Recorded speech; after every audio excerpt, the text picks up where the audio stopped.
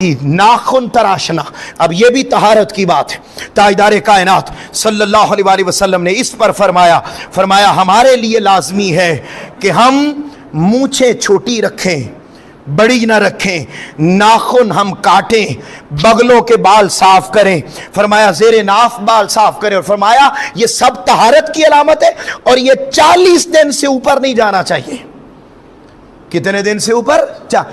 اب اور مذاہب ہیں ان کے ہاں ان صفائیوں کا کوئی تصور نہیں ہے۔ بھئی مسلمانوں میں تاجدار کائنات صلی اللہ علیہ وسلم نے کیوں فرمایا؟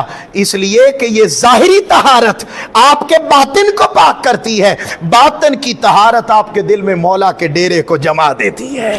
پھر فرمایا جسم کے زائد بال کو صاف کرنا، کنگھی کرنا۔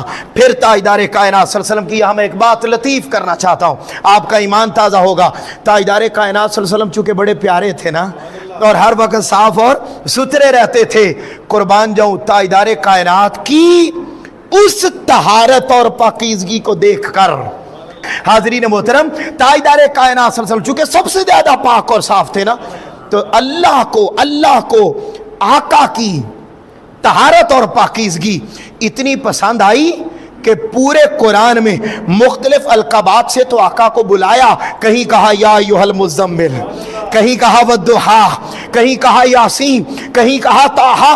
حاضرین محترم مختلف القابات سے تو پکارا، مگر ان القابات میں ایک لقب آقا کا یوں بھی پکارا گیا کہ آقا کی صفائی اور طہارت اتنی اعلیٰ تھی کہ خود قرآن میں اللہ نے فرمایا یا ایھا المدثر، اے خوبصورت چادر اوڑھنے والے۔